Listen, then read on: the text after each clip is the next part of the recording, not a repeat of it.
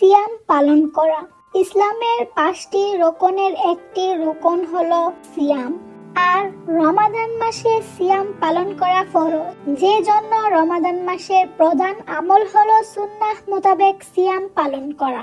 মহান আল্লাহ বলেন, সুতরাং তোমাদের মধ্যে যে মাসটিতে উপস্থিত হবে সে যেন তাতে সিয়াম পালন করে। সিয়াম পালনের ফজিলত সম্পর্কে রাসূলুল্লাহ সাল্লাল্লাহু আলাইহি ওয়াসাল্লাম বলেছেন, যে ব্যক্তি ঈমানের সাথে ইখলাস নিয়ে অর্থাৎ একনিষ্ঠভাবে আল্লাহকে সন্তুষ্টি করার জন্য রমাদানে সিয়াম পালন করবে, তার অতীতের সব গুনাহ মাফ করে দেওয়া হবে।